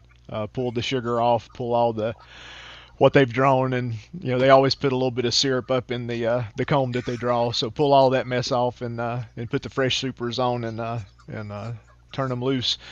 But I've been doing. There's a fella named Greg Rogers up in Asheville.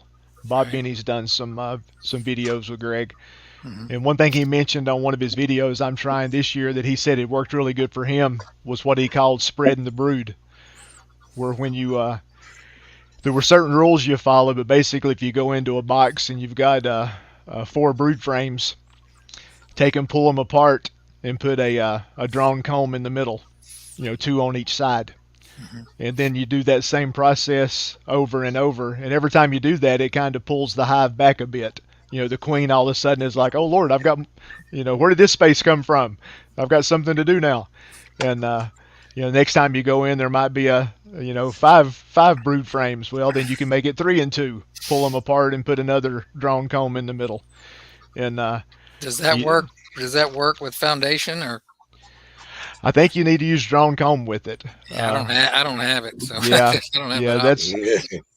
that's something I haven't had in abundance. Well, I won't say in abundance, but this year Only a I've got deficit. quite a bit of it. Last year I didn't, but I fed a lot of syrup last year and did some things just to make comb. And I think I've not got a huge operation, but I've got close to 30 supers of drawn comb Oh, that's ready for this year. that's But nice. but I'm going to try that because when I went in to try to equalize some of my hives, gosh, they were all strong. There wasn't anywhere, if I pulled brood out, I didn't have anywhere to put it. So his idea, you're not really pulling brood. Right. You're just managing the brood you got and making the queen think suddenly she's got more space there. And, you can continue that process, especially until I get to the point where I feel better about making some splits. Hopefully this will um, keep them calmed down for a while. And I haven't seen any swarm cells in any of my hives yet. So Yeah. if I can just keep it that way. Did you see drones in your colonies? I saw drones in the hives, but today was the first day I'd seen a drone outside the hive. I saw 2 or 3 on one particular hive on the landing board fly away. Hmm. So really very few drones right now. So I don't feel real good about doing splits until I see more drones. I saw a few. I didn't see a lot, but I saw a ton of drone brood, and I saw a good bit of drones emerging. Mm, So I think I got like 2 weeks, and it's going to be game yeah, on. yeah, And I've that's had, I've two had weeks. 2 weeks ahead of schedule for sure. Yeah. I've had 2 return mated queens already. Wow. Heard Yeah. that. Yeah. I was We checking haven't. that today.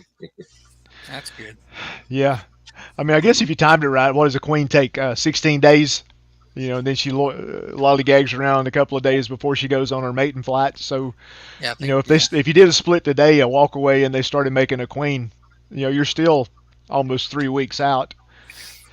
So I guess if you were a betting man, there should be more drones in 3 weeks. So I guess you could go ahead and do it now, and things would time out pretty well. But I'd still, I think the drones have to be emerged for like 5 or 7 yeah, days before they've got to mature before they I they saw a can. lot. I saw a lot more of the drones were kind of fuzzy, like newly emerged. Yeah, Yeah, Young. I think young they have to be. If they emerge by the time the queen cell's capped, that gives them a week, and by the time she's ready to fly, they're probably at the right age. hmm Yeah, I would So not have. I think I would have been okay if I had stopped and done splits, but I just wasn't ready to do that. yeah, yeah. And I and people told me I was crazy. well, we know that, Dad. All of us that know you. Yeah, it I might was, force I my was, hand. I was, I think I we. was splitting the end of January. Wow. Yeah, I think we got temperatures in the 70s the next 2 or 3 days. So, and then we got some rain and then some more sunshine. So it might force my hand before I wanted to do it. But those folks that I'm helping, I've got 3 people with one hive that want to have 2 hives, and I got one fella that's got 2 hives that don't want any more. And probably the fella that's got 2 hives that don't want any more, that's going to be more trouble than than, Mhm. than the ones that have one that want more than one. That's impossible. So, Yeah. so yeah, I've already had pull some brood out of his to slow him down a little bit. Um, and he's like, "What are you doing?" I'm like, "That's not, my options are limited here. So I need to slow him down. It's too early." So I Yeah. don't know. I don't know if Rodney Middleton is still here, but what is your swarm count right now, Rodney? About 28, 30 on your swarm count already? Golly. now where is he at? Shit. One of y'all know where Rodney's at out there? Well, Chris is another one that keeps catching a lot of swarms too in South Carolina. I mean, I'm just joking on them numbers, so y'all don't take me serious. But anybody that knows Rodney knows that dude just has astronomical amounts as far as swarm catching. I mean, he kills them swarms as far as getting out there and getting them puppies. So he's in North Carolina, according to Joseph. Is that who had all the swarms? That his place is near a commercial beekeeper, and he just has. There was somebody that was on that had those. Wow. Yeah, it was a 43. Wow, that's crazy. Yeah, I had a lot, but I didn't have nothing like that. Yeah, I had 18 last year. Now that were caught in a box. I only had one that I got out of a tree. Yeah, I have a mine. hard time keeping up with 12 shoots hives. Yeah, mine were. I call them my self-splitting hives. Um, my shop up where the half track stays is there's about 10 hives right there at the shop. So I'd be in there working in the shop, and then you hear the noise. All of y'all know that noise. Sound Yeah. like a jet taking off, and then they're like, "Oh Lord, which one is it?" And I had so many. I had my little. I've got one of those little wagons, the big heavy duty wagon like you can get at a Tractor Supply or Harbor Freight or whatever. I had it loaded with all my swarm stuff, boxes and everything that I needed. And I was like put on my little fireman's hat and my little siren, and here we go. And try to get them out of the air into a box. Yeah. I don't know. I guess our good years, we 8 or 10 maybe, but you know, here Rodney just constantly bam, bam, bam. Wow. Now he's catching his in swarm traps that are placed around his area. I believe so. I think he's got some around there, around his yard, and kind of goes out to different areas as well. And I mean, he's just got prime location, I reckon, wherever he's got them babies set up. Sounds like it. Yeah, that's one of the reasons I don't really want to split, is because I know I'm probably going to catch a lot of swarms too. So where am I going to put all these bees? And I'm trying to grow, but I'm really far behind. I was out there this weekend cutting up plywood to make boxes. I'm ready to make about 35 new boxes, or actually, yeah, more, something like that. Yeah, I made 3 trips to I get a lot of my stuff from Miller Bee Supply up in North Wilkesboro, not too far from me. I made 3 trips up there to get stuff after I thought I had plenty. So, yeah, I don't want to do that again this year. Keep them in the box. Well, I do a lot of my shopping in the, you go in the back of Home Depot where they have the wood that's 70% off, the painted stuff. And I picked up on, I think it was Friday, I picked up 5 2x4s, a 2x8 by, now one was 2x8 by 10, one was 2x8 by 12, and I picked up a 2x10 by 10 or 12, and those 2x8s had been cut. That's the reason I guess they were marked down. But I got all of that for $13. It's a good deal. Yes, sir.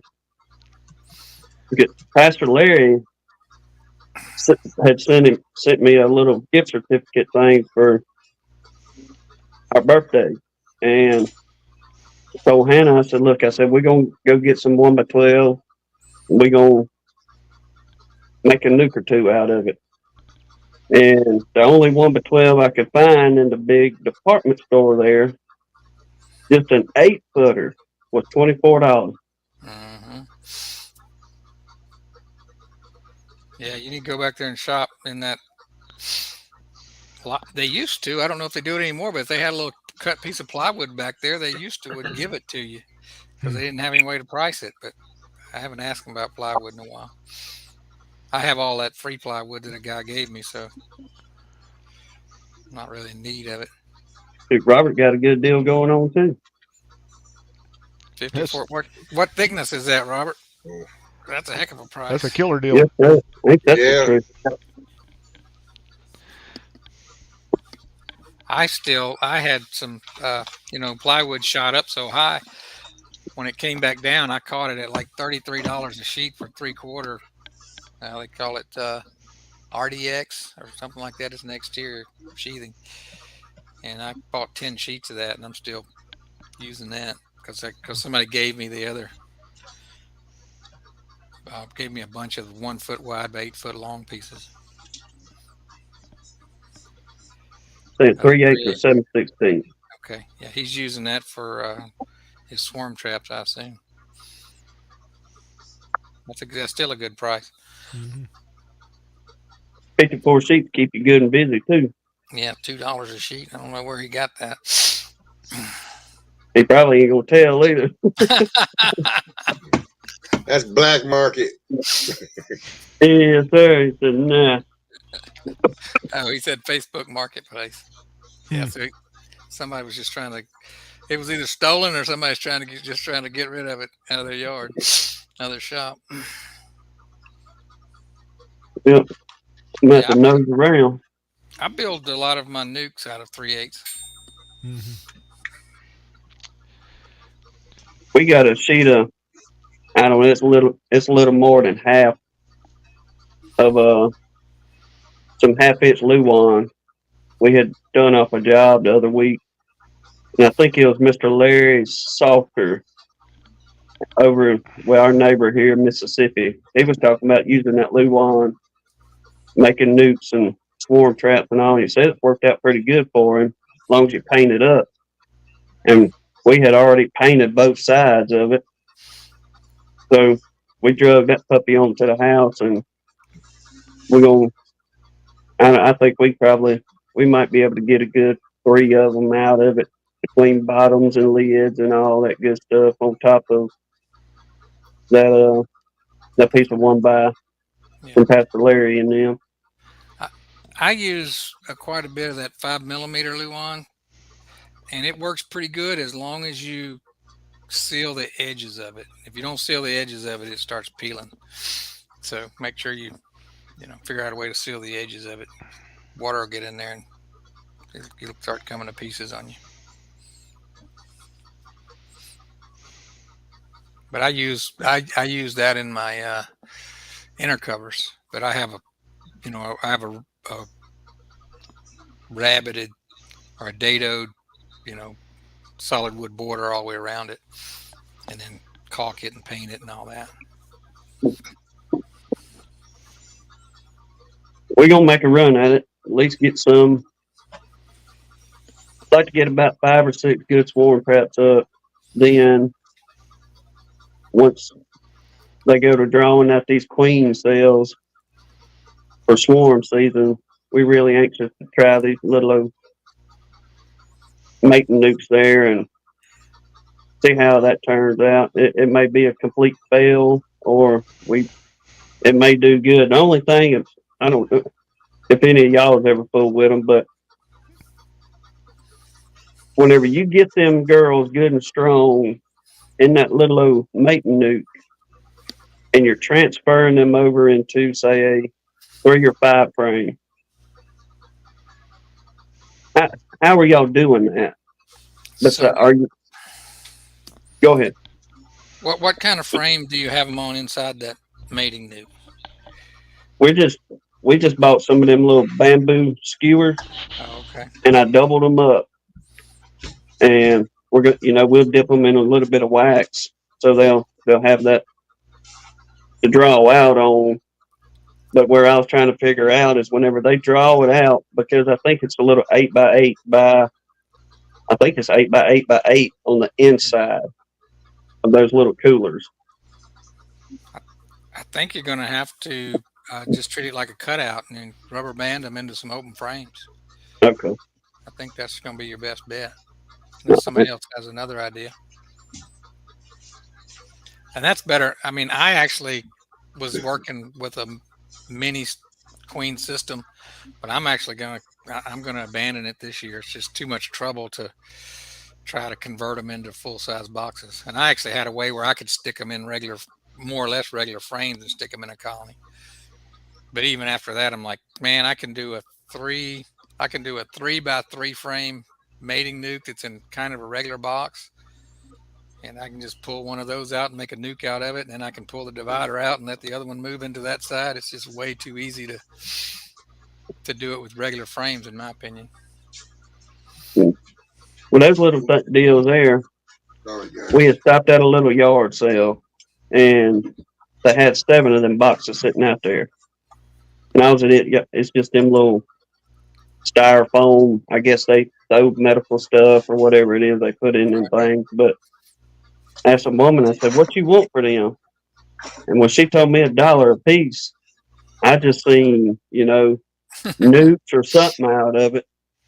So I throwed every one of them puppies in the truck and headed on home with them. So, yeah. Most people that use those mini mating nukes are selling queens. That's the reason they like those. They're not even thinking about moving them into nukes or regular hives. They're just making queens and selling them. Just about anybody that does that. Because that same reason you pointed out is they outgrow those things so quick. If you don't pull that queen out and make them restart, they're going to swarm on you. But yeah, it'll be cool. Make sure you video it.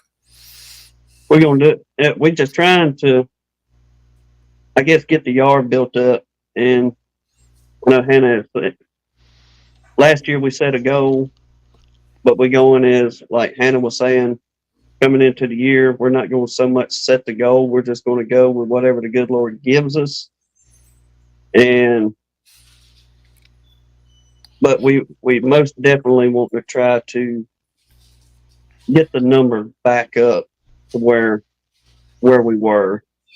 I mean, last year coming in the spring, we had those 11 colonies. They was doing good. The beetles got them. We're down to the 2 now out of all that. But in the years past, you know, it wasn't no problem for us to be sitting at 18 or 20 and just kind of hold off from there. But we'll see how the season runs.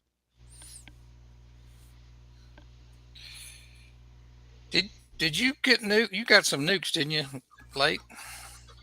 We got that one little nuke at the end of, or close to the end of October, and we were going to try to get a couple more during that, but plans didn't go quite as planned. So she's still sitting out there, and buddy, she's getting it. Yeah, they seem to do better in small boxes for some reason. Yeah, I agree. Nukes are pretty amazing. How little attention they actually need and how fast they'll grow. And you know, I've got I think I've got 4 nukes right now, anywhere from 1 high to 4 hive, or 4 high, not 4 hive. But you know, that's kind of who is it that talks about the nukes being the brood factories? What's the fella's name up in Vermont? Yeah. Michael Palmer. Palmer, yeah. Yeah. Now I've never used them to that extent. I always kind of count my nukes. I call them, that's my spare parts. You know, if I lose a queen or need a frame of brood or whatever, you know, I can go to my nukes and get that. And man, they just bounce right back, and it's like they never missed it. You know, even with a queen, they'll, you know, it's like, no problem, we'll make another one. Yeah, and here they go. Yeah, Michael Palmer literally runs about 1 nuke per production colony. Yeah. It was crazy. 200 of each or something like that. Yeah, that speech he made, he was talking about he pulled, it was over 1,000 frames of brood that he pulled out of his nukes. Just a crazy number. Yep. So, but yeah, nukes, they're, like you say, bees seem to like the little small cavities going straight up. You know, because we know they don't mess around, you know, the outside frames a whole lot in a 10-frame box. No, you rarely see anything, you know, out there. That's why I'm always moving them to the middle. Yep. People always say don't split the brood. I'm like, the hell with that. That worked for me. Robert, get busy. We do from time to time, but if we're doing anything, say a lot of work we do is just repair on whether, you know, home, unless we have to match up with OSB. Oftentimes, it don't matter if, you know, roof decking. I'll go get CDX and try to stay away from that OSB if I can. But yeah, we do get, you know, cutoffs and different things off that CDX. I mean, off the OSB. But I try to push more going toward the CDX. And Jeremy, yes, sir, we do. We have watermelon patches all around the place around here. Okay, and you're saying that hive beetles love them. Mm-hmm. But yeah, that could be another issue as well. I must be part hive beetle. I love watermelon too. You know, that's one thing. When you guys got to talking about small hive beetles earlier, I just realized, I hadn't even thought about it. We didn't see one single hive beetle in 2 days in my colonies. And I usually see, you know, a few, like 2 or 3 per colony. But we didn't see any. And I kind of like, gosh, it would have been nice to show her a hive beetle, you know, so she'd know what one looked like. But we didn't even see one. I didn't even think anything about it until you guys got to talking about it. Yeah, that's a good problem to have. Yeah, it is. Yes, sir. You show your picture on the internet. Exactly. We starting to. We're getting out there earlier and thinking around. Well, with the nuke, and just trying to get her some more room in that horizontal hive. So I took that divider out, put 10 more frames in there for her in that bunch. But when we had rolled back the slats on it, there was about 8 or 10 beetles. So they're starting to show themselves. So we're going through now and hitting them again with the peppermint extract and that eucalyptus mix to go ahead and get ahead of the game. But I think it was Keith, you was talking earlier about getting the grub X. That reminded me I need to go on and start getting that ground treated and ready as well. So, hey Tim, I got on here like started watching like 7:15 or 7:20. Did you? Is there something going on with Hannah that you covered early on? I didn't hear it. Yeah, that hiatal hernia is Oh, giving her acting up. Okay. fits, and she's in there resting up this evening. All right, that's good. Laura willing, she'll get to feeling better in the next couple of days, and she'll be back, like I say, Laura willing, Sunday on the next run. And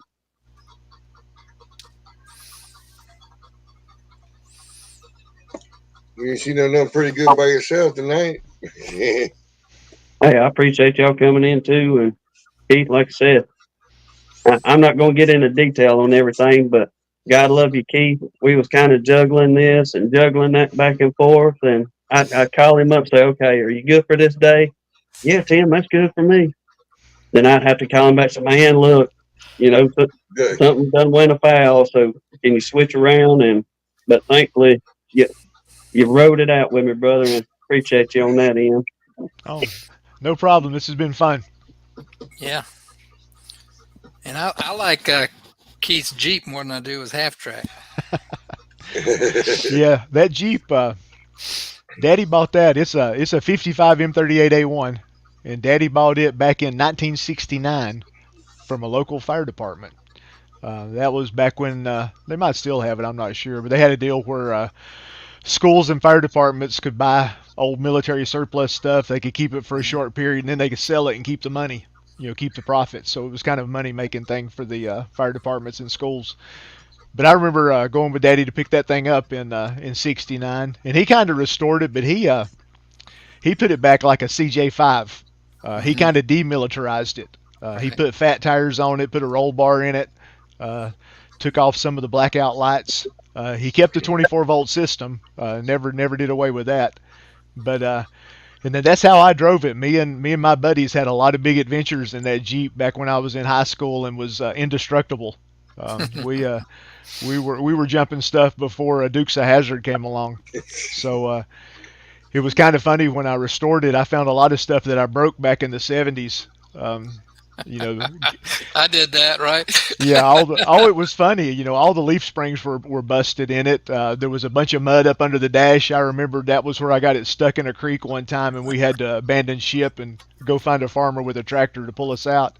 But yeah, lots of good times in the Jeep. So but yeah, it's like I say, it got away from me for a few years, but I was able to buy it back. But it's more family than the half track is. I'm glad you got it back.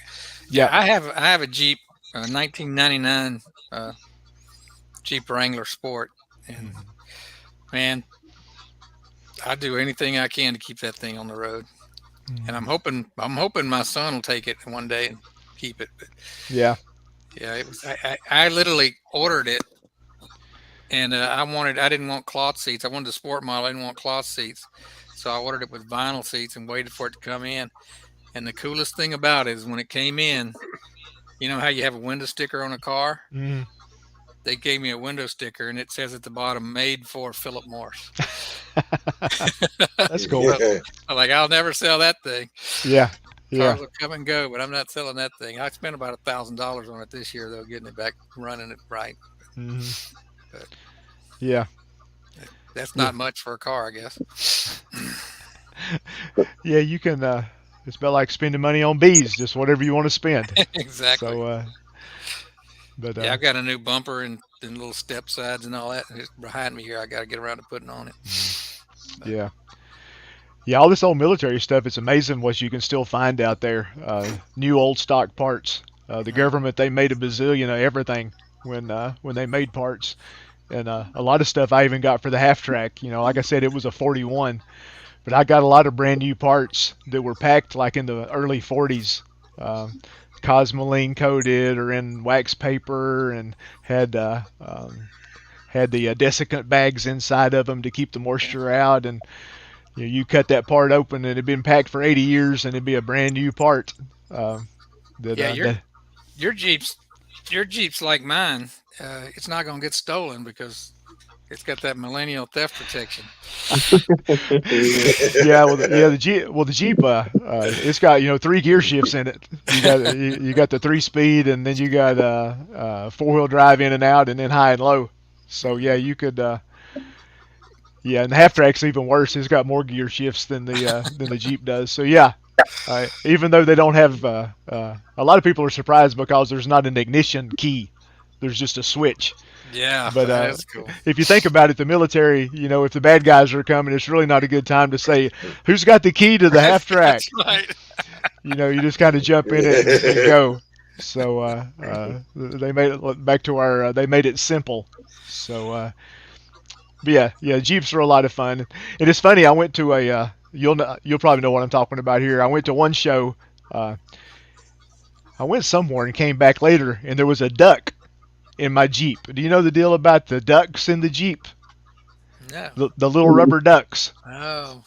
Oh, I've heard of it. But Yeah, it's some kind of thing where Jeep people, if they like somebody else's Jeep, they give them a little rubber duck. That's cool. So some people have like their dash is plumb full of little rubber ducks. Well, I didn't know what the rubber duck was for. That somebody left my me. neighbor has little rubber ducks in his Jeep. Yeah, it's yeah. a newer one. Okay, Yeah. that's it, huh? But yeah, they left me rubber duck. I didn't have a clue what that was, but I was told it was a good thing. It was a good thing. I will tell you this: I'm annoyed with these high schoolers that have these souped up Jeeps because them son of a guns. I better watch my language. I don't want Yeah, thank you. fussing at me.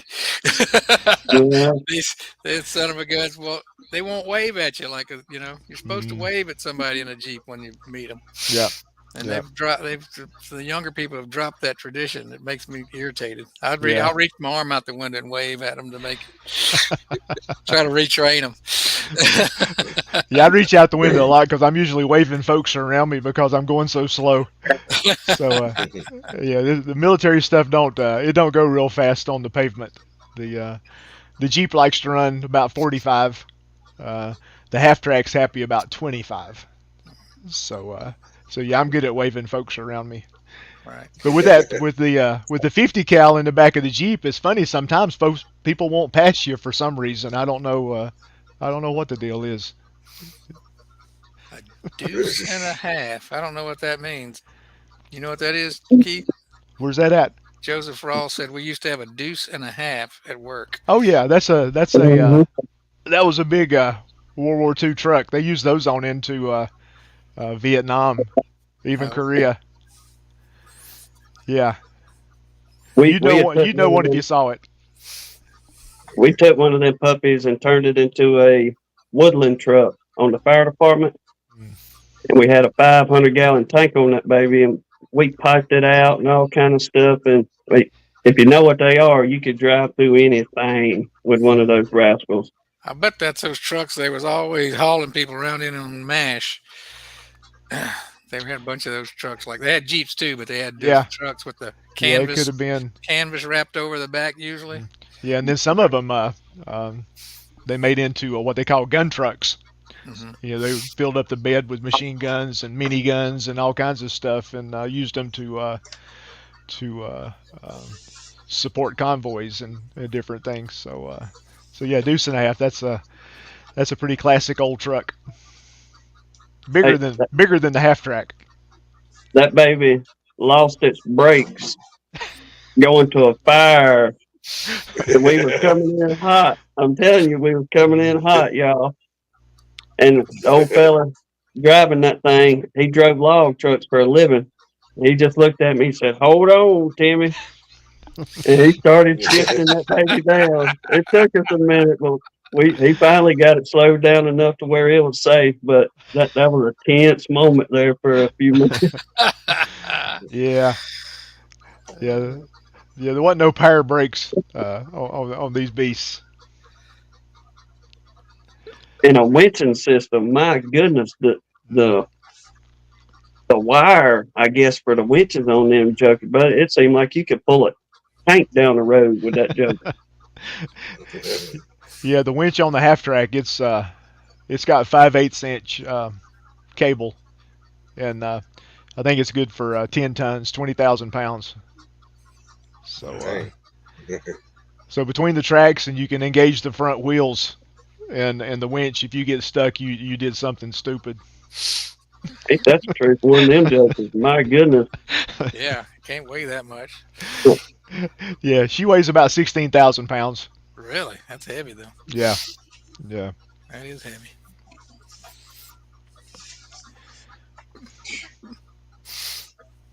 All that armor plating, huh? Yeah, yeah, she was considered light armor. It was a hardened faced 1/4 inch steel, so it would protect you against some of the shrapnel, 30 caliber stuff. Any kind of armor piercing though is going to go through it. So a lot of the guys that rode in the back of those things, they weren't terribly big fans of it because apparently there was it had a bad habit of a bullet coming in one side and then kind of just bouncing around the inside, which that would be kind of bad if you was sitting back there. Mm-hmm. So, but they did offer some protection. It's a 1/2 inch plate that you can lower over the windshield, so the driver gets a little bit more. So, but yeah, all that stuff is heavy. There wasn't nothing on that thing that was light. I bought a gantry crane that would straddle it, so I could pull it the length of it, and that was my helper. I pretty much did the whole thing by myself, but I couldn't have done it without that gantry crane and my cherry picker.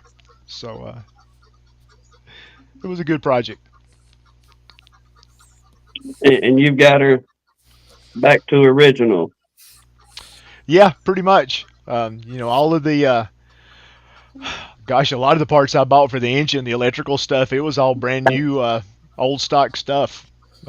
Generator, voltage regulator, all that stuff was packed back in the 40s and worked like a charm. So I got a few things out of Europe because a lot of the people made a big fuss when we left all that equipment in Afghanistan, but that really wasn't nothing new. World War II, we left a lot of stuff in Europe. So there's more half tracks overseas than there are in the United States because they didn't bring them back. And a lot of the Jeeps and stuff they just dumped in the ocean. But I bought some parts out of Europe. The parts weren't very expensive, but the shipping was kind of tough. So yeah, we didn't do that a whole lot, but we had to on a few items. That's the only place I could find them. That's crazy that they just dump so much. Shove it off, boys. Let it rip. Oh yeah, yeah. Not worth bringing it back. Yeah, especially the Jeeps. They were considered expendable or disposable. They break one, they just get another one. So the Jeep we've got, obviously it never went overseas, just like the half track. It was civil defense or something. It wasn't very old when it went to the fire department. So it had a pretty good life before I got a hold of it and and beat it up. But she's living a good life now. She's retired, so she's doing fine now. Yeah, so slowing down. All the broke stuff was fixed, and now she just rides around looking cool. That's good. Well, fellas, I'm gonna get off of here. It's been enjoyed talking to you guys and everybody in the chats. Look like my wife and daughter got back. They've been in Austin all weekend. We appreciate you coming in, and yeah, we a little over the 2-hour mark. We'll go ahead and wrap it up ourselves as well. All right. But, Enjoyed it. yes, sir. Appreciate you coming in. Yeah, had a good time. Yeah, this was fun. Good night, Ed, guys. kind of Good night, Ed, guys. kind of keep us updated on your end, Ed, and same thing with you too, Philip, with your mentee and all. But We'll do that. all right, brother, y'all take care. Y'all take And care. all right, Good night. Keep them bees under control. we sure gonna try. Y'all do the same. But we thank everybody for coming in, chit chatting with us this evening. Our members and all, y'all apologize, wasn't able to get to everybody. Like I said, Lord willing, have my helper back with me on next weekend, and we can acknowledge everybody a little bit more. But we do thank y'all, and God bless you. Lord willing, we'll see y'all on the next one. Y'all take care. See you later. All right.